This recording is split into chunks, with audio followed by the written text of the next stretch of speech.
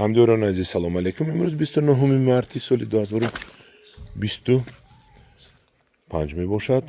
ба шумо нишон медиҳам натиҷаи решакунонии такпайванди гелоси VSL 2-ро. ман ҳамҷа ман моҳи август як гармхонача карда VSL-ро қаламчашро ёфта оварда вай кардам, решакунонда мондам, болаш ҳамин салафара кашидам, тагаш қуму ҳарчи рихта, пору қум рихта мондам, як 20% гирифтааст. яъне ки ман дар роҳи дуруст ҳастам ва аз болои худам кор карда оянда ин мана бинед ояш қоқ шудагӣ, мана вая хушк шудагӣ, ана ино гирифтагӣ. ин такпайванди VSL 2 вишня с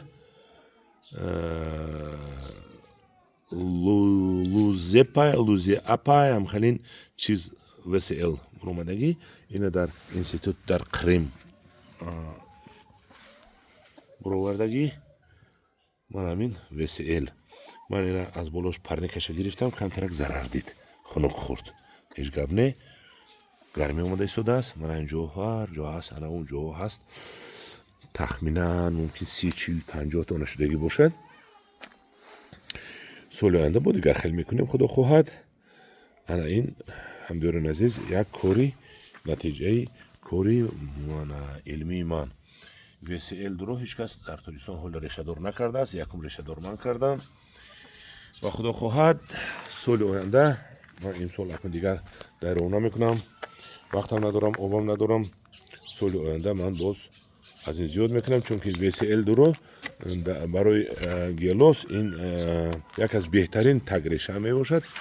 ана тагреша мебошад ва VSL 2-ро дар болаш гелос ки пайванд кардем, дар масоҳати 3 ба 2 ё 4 ба 2 мешунем, дар ҳар як 2 метр якта мешунем.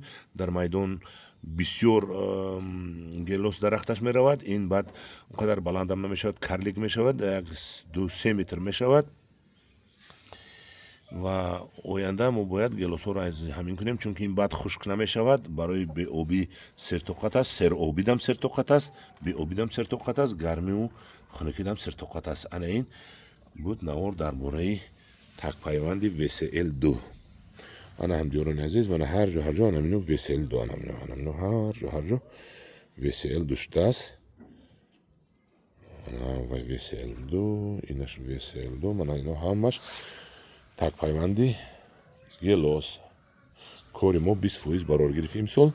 акун боз соли дигар моҳи август боз мекунам ва ҳаракат мекунам ки бисёраш гирад.